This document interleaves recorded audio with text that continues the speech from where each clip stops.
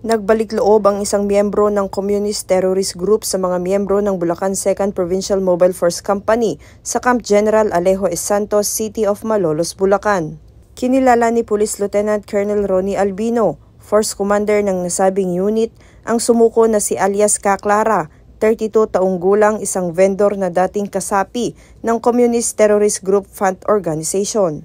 Nabatid na isinuko nito ang isang improvised na 12-gauge na baril na walang serial number.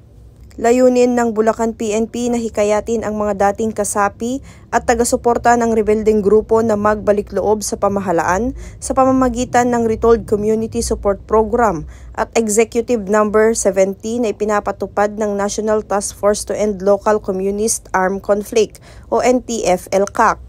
Bahagi nito ang pagbibigay ng tulong pinansyal at mga oportunidad sa kabuhayan upang matiyak na hindi sila muling magiging banta sa kapayapaan ng komunidad. Mula dito sa Bulacan Police Provincial Office, ako ang inyong PNN Correspondent, Patrolwoman Mildred A. Tawagon, alagad ng batas, tagataguyod ng Balitang Pulis.